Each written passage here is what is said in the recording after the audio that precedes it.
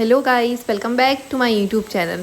सो guys, आज तो पता नहीं दिन की शुरुआत किसकी शक्ल देख के हुई थी, क्योंकि मेरा आज जो मॉक में स्कोर आया है ना, उसको देख के तो मैं बिल्कुल डिमोटिवेट हो गई थी और सोच रही थी कि ये स्कोर है, ये क्या है।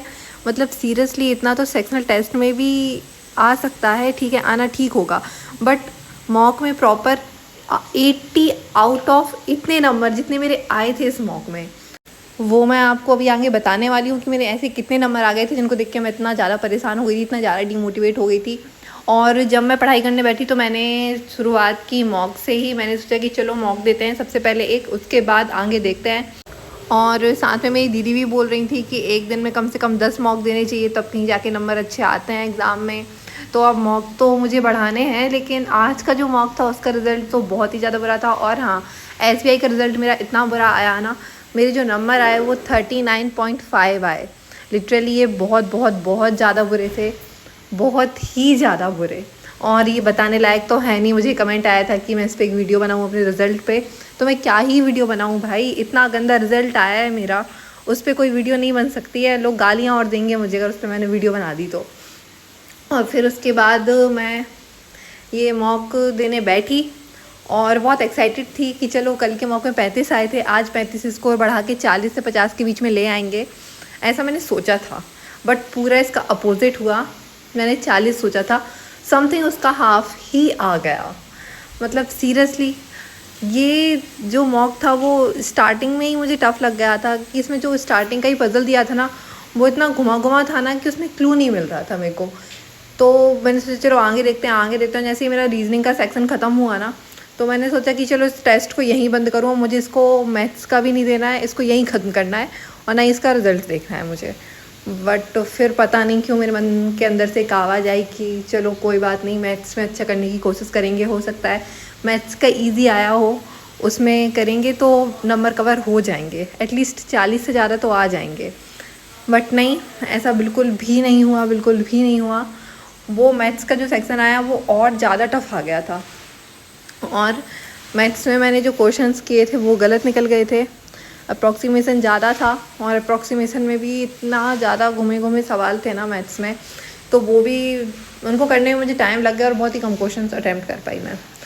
और रीजनिंग में तो पज़ल थी, और पज़ल भी इतनी अजीब सी थी कि उनको करने में टाइम लग गया। और कोडिंग भी एक साथ बहुत सारी चीज़ों के कोड पूछ लेते थे, मतलब एक क्वेश्चन में ही तुम्हें कम से कम 3 चीज़ों के कोड निकालने थे। तो बहुत ज़्यादा टफ लगा मुझे तो ये वाला। आप लोग 2 प्रैक्टिस मॉक पे और सेकंड वाला तो मुझे बताना आपके स्कोर कितने क्या आए। मेरे तो इसमें 23 आए, हो सकता है कि आप लोगों के अच्छे आ जाएं किसी के, बट मुझे तो ये टफ़ लग रहा था। अब पता नहीं मैं कैसी पढ़ाई कर रही हूँ, अब तो मुझे खुद पे ही डाउट हो रहा है कि क्या कर रही हूँ मैं पढ़ाई में, जब मैं इतने कम नंबर मॉक में लेके आ पा रही हूँ और प्रीवियस ईयर के में मैं हाफ़ लेके आ पा रही हूँ। तो मतलब प्रीवियस ईयर का तो इजी रहता है, ये जो मॉक बनता है वो थोड़ा टफ़ बनता है। अभी मुझे कुछ समझ में नहीं आ रहा है कि अब मैं आगे क्या करूं जिससे मेरे नंबर बढ़े हों। चलो ये तो ठीक है। इसके बाद मैंने एक सेक्शनल टेस्ट भी दिया था रीजनिंग का, उसमें भी इतना महान रिज़ल्ट आया है ना मेरा, वो भी मैं बता नहीं सकती हूँ कि बताना तो पड़ेगा, लेकिन बताती ही हूँ मैं जितना भी बुरा रिज़ल्ट आया मेरा। लेकिन वो इतना बुरा आया, इतना बुरा आया, ये सारे बुरे आए रिज़ल्ट। और अगर इसी प्रैक्टिस के साथ, इसी स्पीड के साथ, इसी स्कोर के साथ मैं एग्ज़ाम हॉल में बैठ गई ना, तो मुझे नहीं लगता है मैं कट ऑफ की दूर दूर तक भी नज़र आने वाली हूँ। इतना गंदा रिज़ल्ट आ रहा है मेरा अभी। कल तो फिर भी ठीक था, कल ओके ओके था, किसी में भी ऐसा नहीं आया कि मैं देख के एक्साइटेड हो जाऊँ थोड़ा कि चलो वाह कितने अच्छे नंबर आ रहे हैं मेरे, हो सकता है कि मैं एग्ज़ाम में कवर कर लूँ। ऐसा बोलने का तो एक भी मॉक मुझे मौका नहीं दे रहा है कि मैं बहुत एक्साइटेड हो जाऊँ उसके नंबर देख के, स्कोर देख के। पता ही नहीं ऐसा मौका मुझे कब मिलेगा और कितनी प्रैक्टिस करूँ मैं। अब कल से थोड़ी और प्रैक्टिस बढ़ाऊँगी। पहले अलग अलग चीज़ों के मैं मॉक दूँगी, सॉरी टेस्ट दूँगी। रीजनिंग में अलग अलग टॉपिक के लगाने वाली हूँ कल मैं, और उसके साथ मैथ्स में भी। मैथ्स में पता नहीं कहाँ दिक्कत आ रही है, मैथ्स में DI की मुझे ज़्यादा से ज़्यादा प्रैक्टिस करनी चाहिए, तब कहीं जाके कुछ हो पाएगा। और सिंप्लीफिकेशन इतने कम क्यों पूछ लेते हैं यार, सिंप्लीफिकेशन मेरे फेवरेट है और वो भी एग्ज़ाम में इतने कम आएंगे तो मैं कहाँ जाऊँगी। मेरे जैसे लोग तो बस सिंप्लीफिकेशन के ही भरोसे रहते हैं ना, वो भी इतने कम आ जाते हैं ना, तो मेरा दिल टूट जाता है कि फिर जब सिंप्लीफिकेशन नहीं पूछा है तो पूछा ही क्या है तुम लोगों ने, कुछ ही तो नहीं पूछा है। फिर लेकिन कोई बात नहीं, अब मुझे बाकी चीज़ों पे भी ध्यान देना होगा। ज़रूरी नहीं है कि जो मैं चाहूँ एग्ज़ाम में वही आए। तो अलग अलग चीज़ों की टॉपिक के भी टेस्ट दूंगी आज मुझे अच्छे से टेस्ट देना है, जो कि मैं कल के ब्लॉग में बताने वाली हूँ। और आज तो मैं ये क्वेश्चंस को आप मेरी शक्ल देख सकते हो, कितने 100 तरीके से देख रही हूँ कि ये क्या आ गया मेरे सामने। और सीरियसली ऐसे ही क्वेश्चंस थे कि मैं उनको देख के सोच रही थी ये क्या आ गया मेरे सामने, गलती से कहीं मैंने पीओ का तो नहीं लगा लिया है ना। बट नहीं, वो पीओ का नहीं था, वो ये था IBPS RRB क्लर्क का। तो बहुत ही गंदा रिज़ल्ट आया है और मेरा रिज़ल्ट ये रहा। पूरे 23 नंबर आए हैं मेरे। अटैम्प्ट मैंने 32 किए थे, उनमें से 9 गलत निकल गए हैं। और वो पता नहीं 9 गलत कैसे निकल गए हैं, बट निकल गए हैं। और परसेंटाइल मेरे 20 आए हैं, बहुत ही बढ़िया। और उसके साथ एक्यूरेसी तो गड़बड़ थी ही, 78, ठीक है। और फिर मैंने सोचा कि चलो कोई बात नहीं, रीजनिंग की अलग से मैं लगाती हूँ सेक्शन टेस्ट, इसमें अच्छे खासे नंबर आ जाएंगे। थोड़ा मोटिवेशन होगा अंदर से कि चलो कोई बात नहीं, साथ में जो मॉक लगाया था वो टफ़ था, सेक्शन टेस्ट लगाया तो उसमें अच्छे नंबर आएंगे, तो थोड़ा मोटिवेट हो जाऊँगी मैं। नहीं, ऐसा बिल्कुल भी नहीं हुआ।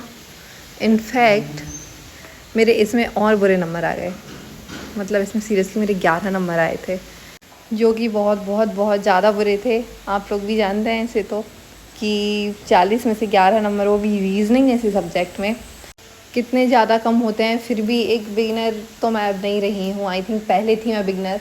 6-7 मंथ हो चुके हैं अब मुझे अच्छे से नंबर लेके आने चाहिए, अच्छे से स्कोर लेके आना चाहिए। और जो भी गलती थी, जो भी प्रैक्टिस कम थी, वो अब तक हो जानी चाहिए थी कवर, लेकिन मैं ऐसा नहीं कर पाई हूँ। पता नहीं कब मेरे नंबर अच्छे आएंगे, कब मैं ठीक से कर पाऊँगी, कब मेरे अच्छे स्कोर आएंगे, पता नहीं है सब कब होने वाला है। अभी फ़िलहाल प्रैक्टिस करती हूँ, कल और प्रैक्टिस करनी है मुझे। और फिर अर्थमेटिक का जो लास्ट टॉपिक बचा था, जिसको मैंने पहले पढ़ा था, उसकी प्रैक्टिस करनी थी, तो वो मैंने की। और ये तो मैंने PDF से की थी। मैं PDF डाउनलोड नहीं करती हूँ, मतलब क्लास को बीच में पॉज करके और उनको देख लेती हूँ। वैसे ये स्टार्टिंग के क्वेश्चन बहुत टफ़ थे, लेकिन ये मिडिल के जो क्वेश्चन थे वो बहुत ईजी थे। ये क्वेश्चन करने में ज़्यादा अच्छा लगता है मेरे को, वो टफ़ वाले में तो बहुत बोर हो जाती हूँ मैं। फिर उसके बाद मैं उसके बाद मैं एडिटोरियल की क्लास देखने लगी थी। आजकल तो सुबह उठते से ही सबसे पहले नहीं देख पाती हूँ, लेकिन देखना ज़रूरी है, इसलिए मैं बीच में कवर कर लेती हूँ या फिर लास्ट में कवर कर लेती हूँ एडिटोरियल की क्लास। अब ज़रूरी है तो इसको कवर तो करना ही पड़ता है। और क्लास तो आजकल मैं बहुत कम ही देख रही हूँ, बस एक मैथ्स की सॉल्व करती हूँ क्लास में से ही, और कुछ समझ में नहीं आता तो उसको देख लेती हूँ क्वेश्चन को, और बाकी सिर्फ एडिटोरियल की देख रही हूँ। परफेक्शन की क्लास भी अभी नहीं देख पाती हूँ मैं। सो गाइस, मैं अपने ब्लॉग को यहीं ख़त्म करती हूँ। मेरे चैनल को सब्सक्राइब करना, बाय।